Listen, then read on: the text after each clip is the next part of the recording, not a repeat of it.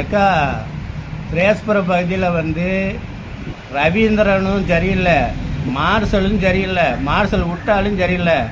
நீங்கள் கொடுத்த பணம் யாருக்கும் போய் சேரலை. அதே மாதிரி இங்கே 9வது வார்டில் கருப்பசாமி எவனுக்குமே ஒன்றும் கொடுக்கல. கருப்பசாமி இந்த ஊரில் இல்லைக்கா. இந்த திருப்பு நீங்கள் இந்த பகுதியில் வந்து கண்டிப்பான முறையில் நீங்கள் ஓட்டு கம்மியாக வாங்குறதுக்கு காரணமே இவங்க தாங்க. இது கன்ஃபார்ம்க்கா.